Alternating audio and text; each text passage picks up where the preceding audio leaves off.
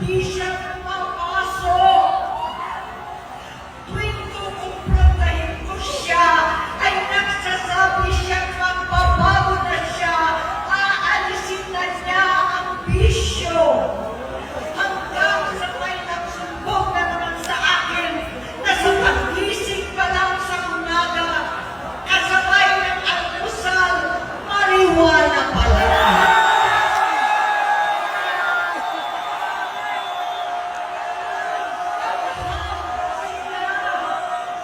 Lahat sila nagiinuman at gumagamit ng cocaine.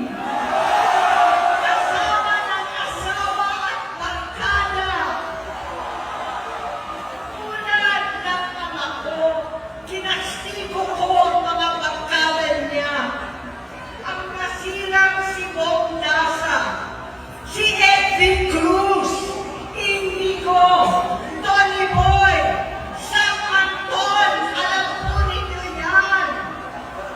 Paano nagre-resign na sa takot ang mga pulis nila at staff dahil sa lumalalang bisyo. Inayos ko sila dahil gusto niyang ituwid ang buhay niya. Gusto niyang mag-vice-presidente. Hindi siya pinalad at lahat nagkaroon ng oras para sa bisyo. Simula noon, naging malabo sa amin ang lahat. Kaysa mag-away, bigla na lamang lumayo ang loob namin sa isa't isa. Noong 2016, kasabay ng kampanya ni dating Pangulong Duterte laban sa droga, lumabas ang pangalan ni Bongbong sa listahan. Nakasama siya sa listahan ng mga celebrities, mga artista, Maricel Soriano at iba pa. Masinsinan kong kinausap si Pangulong Rodi. Halos nanikluhod ako. Sinabi ko ayon sa kapulisan, dapat unahin, usigin ang mga pusher at saka na lamang sagipin ang mga user. Naligtas si Bongbong. Labis ang takot ko at pag-aalala. Kinausap ko siya at nagsabi siyang talagang siya ay nagbabago na. Muli at lagi, hindi ako nawalan ng pag-asa. Ako'y naniwala ulit. Mula noon, ang natatanggap ko na lang na kanina tungkol sa kapatid ko ay regla na pagpapadoktor. Kaya kung pa naman ako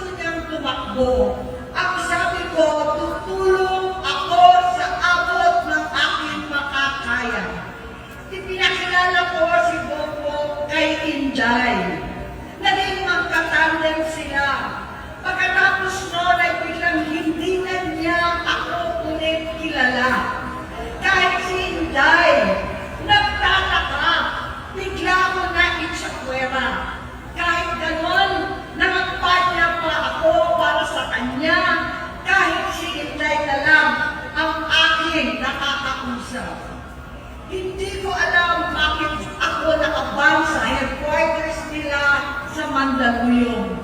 Hindi ko alam bakit walang nagre-report sa akin tungkol sa kampanya. Sa totoo lang, masakit man aminin, nung dinidisqualify na siya, halos papaboran ko na sana dahil may nagsumbong sa akin mula sa kanyang campaign team na gumagamit na naman siya. Nung sinabihan ko, siya at mga taong nasa paligid niya, nagkaisa silang tuluyan akong alisin sa kampanya na ako naman ang bumuo. Sinabi nilang gusto ko na siya ay mag-disqualify para ako ang pumalit. Hindi totoo yun! Iniisip ko ang kalagayan ng aking kapatid at paano siya magsisilbi kung ganyan ang kalagayan niya. Pero pinaparating sa akin na hindi siya lulong at minsan na lamang tuwing nagpa-party. Hindi ko maipaliwanag bakit gusto kong maniwala at hindi mawala ng pag-asa. Noong nanalo siya, naging pinakamalayo na kami sa isa't isa. Maliban sa opisyal na takbuhan at kapag pumupunta yung nanay namin, hindi ako sumama sa loob ng 3 taon dyan sa Malacanang. Dahil lantaran na doon ang inuman, ang paggamit nila ng cocaine at mga bawal na gamot. Hindi ba nila nakikita, naririnig, kakaiba na siya magsalita, hindi na maintindihan kung ano-ano na ang sinasabi at wala na sa sarili. Nagtatago sa kabaitan niya ang mga abuso niya sa droga. At nagbunga na ito ng mga nakakapinsalang maling desisyon. Hinayaan niyang kumilos ang mga nakapalibot sa kanya. Yung mga umaastang presidente habang nilulong siya ng mga ito. Hindi na kami nagkausap. Sa harap ng publiko, pinipilit ko magmukha kaming maayos. Pero wala na kaming koneksyon. Hindi ko hinihiling na maunawaan ninyo ako, lahat kayo. Sa palagay ko, ang makakaunawa lamang sa akin ay ang mga pamilya may pinagdaanan sa adiksyon, sa inom, sa sugal, sa alak, sa bisyo, higit sa lahat, sa droga. Pagkat hindi ko siya nakakasama buong aking loob na ipasok sa institusyon, ipagamot, iparihab ko na yan. Pero tuwing maghaharap kami noon, hindi kaya ng aking kalooban na gawin yun. Tuwing magsasabi siya sa akin na magbabago na siya, hindi ko siya kayang tiisin. Hindi ko kayang ipagkait sa kanya pagkakataon at pagbabakasakali, umaasa ako at laging nananalangin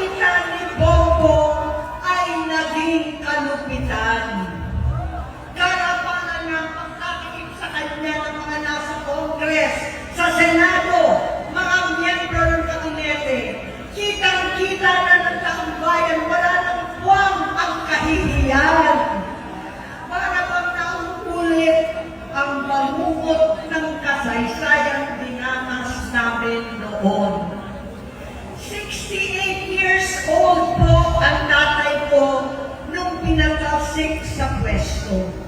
68 years old na rin si Bongo ngayon.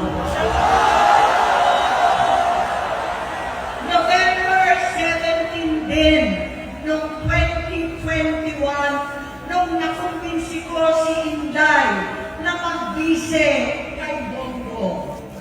November 18 po, bukas, ang ikatlong araw natin.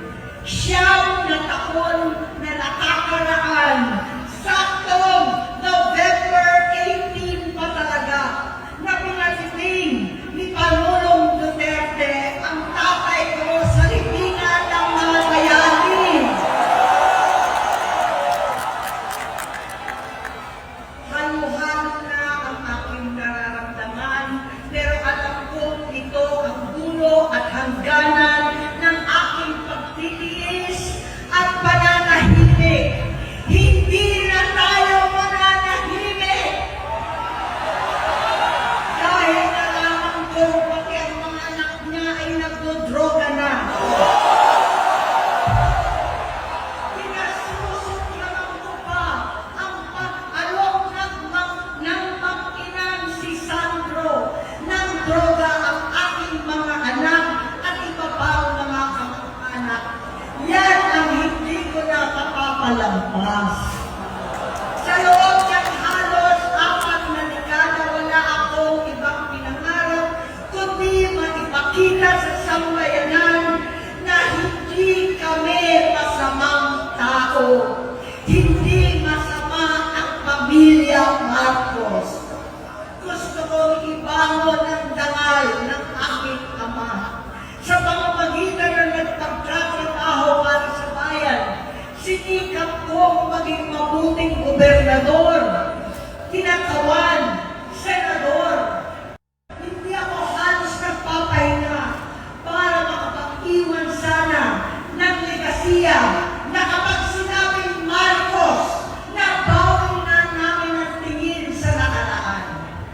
Ngunit sa kagustuhan kong maging responsable anak, matupad ang pangako ko sa aking ama, nabigo akong maging mabuting kapatid. Naging mahina ako kay Bongbong sa kapulisan at sundalo sa lahat ng mga leader at nakapagpatupad ng batas. Siya ang Pangulo natin ngayon.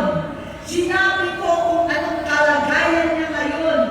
Tulungan niyo ako mapabuti ang kanyang kalagayan.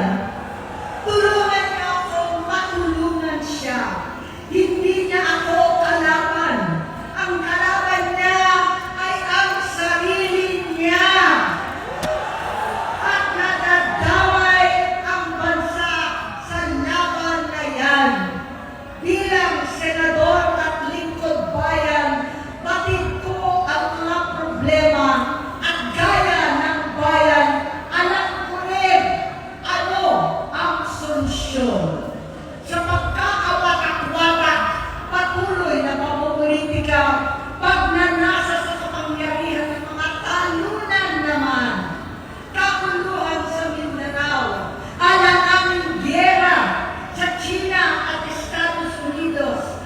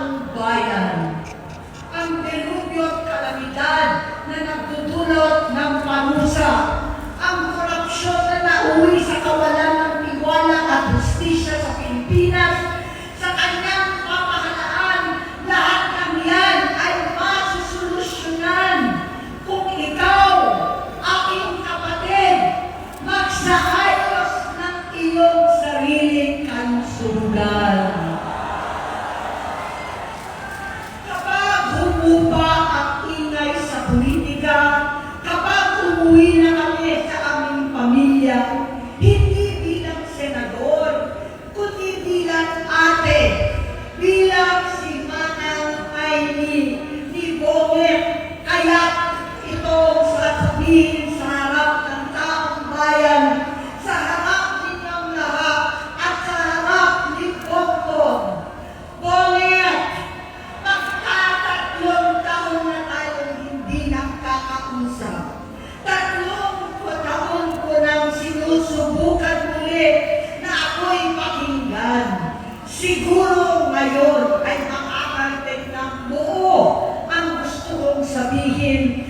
Walang mababawasan, hindi madadagdagan.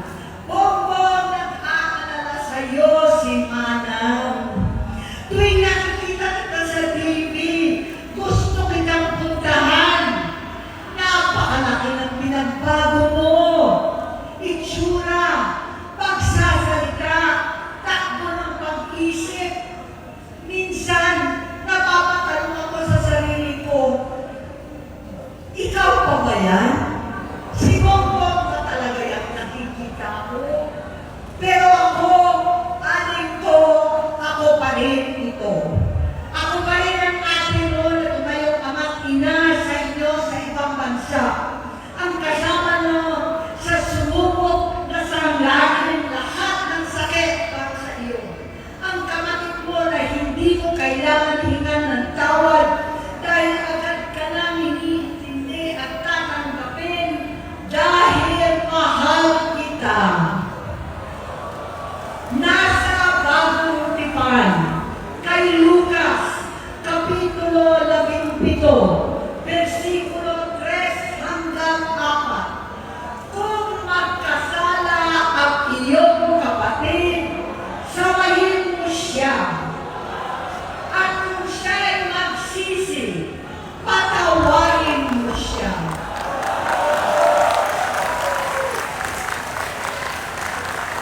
Tama na, aling ko.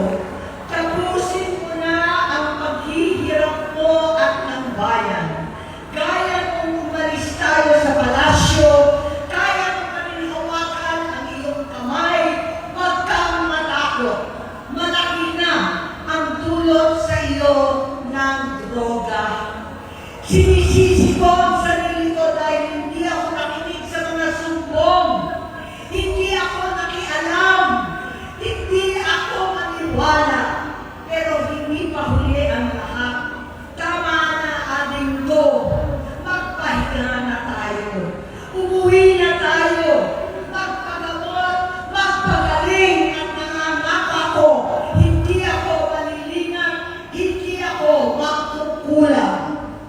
Lahat ng kasama mo ngayon, hindi natin kasama sa pinakamadilim na bahagi ng buhay natin. Kasama mo sila ngayon dahil nasa taas ka pa. Ako at ang ating mga tunay na kapatid dito sa Luneta ang kasama mo. Kahit magdilim ulit ang lahat. Talikuran mo ang iniisip at ibinubulong lang ang misyon. Unahin na natin ang kalusugan mo. Dahil sa addiction, nabigyan mo ng malubhang karamdaman ang buong bansang Pilipino. Matatanda lang tayo. Sakitan na si Mami. Alagaan na lang natin ang isa't isa. Kaliwat kanan man ang pambuhusga sa akin. Malinaw sa aking puso na dapat mauna ang Diyos, ang bayan, pamilya at sarili. Hanggang sa mga oras na ito, Bonget, gusto ko malaman mo na hindi kita sinusukuan. Hindi ko kakayanin kung mapapahamak ka. Kaya hinihingi ko na